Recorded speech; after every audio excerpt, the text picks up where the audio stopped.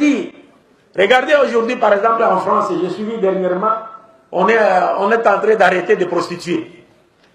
Et d'arrêter aussi les hommes qui sortent à la recherche de prostituer. Mais j'ai dit, mais qu'est-ce que vous êtes en train de faire là? Mais vous ne mettrez jamais fait à la prostitution. Parce que vous avez refusé la loi de Dieu. La pyramide démographique est aujourd'hui en faveur du taux de la femme. Les femmes sont plus nombreuses que les hommes.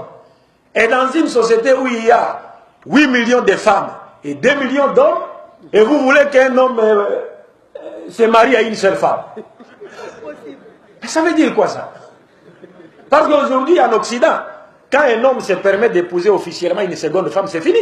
Il est arrêté et s'il bénéficiait d'une certaine assistance de la part de l'État, on doit couper cela. Et si malheureusement, s'il était africain, on lui expatrie, c'est fini.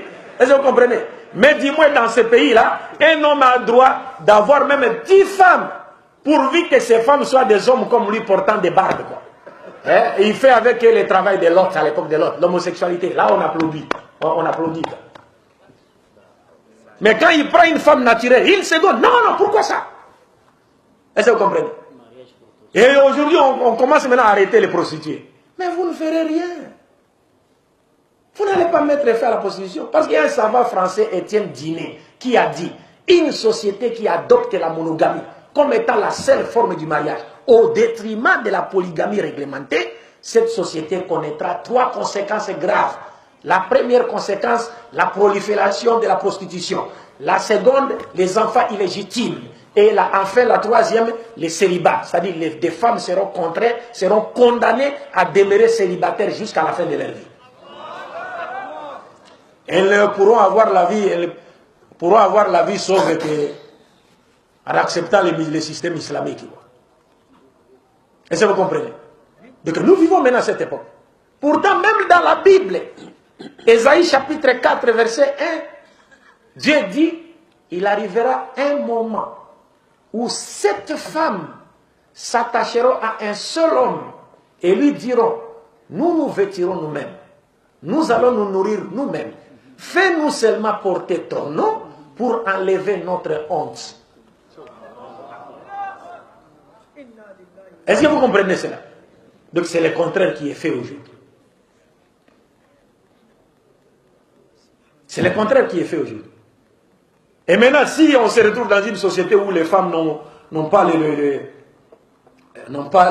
la chance de se retrouver même, de se marier, et de se retrouver même sous tutelle d'un homme polygame, mais qu'est-ce qui se passera? Ces femmes-là qui ont des besoins naturels, qu'est-ce qu'elles vont faire?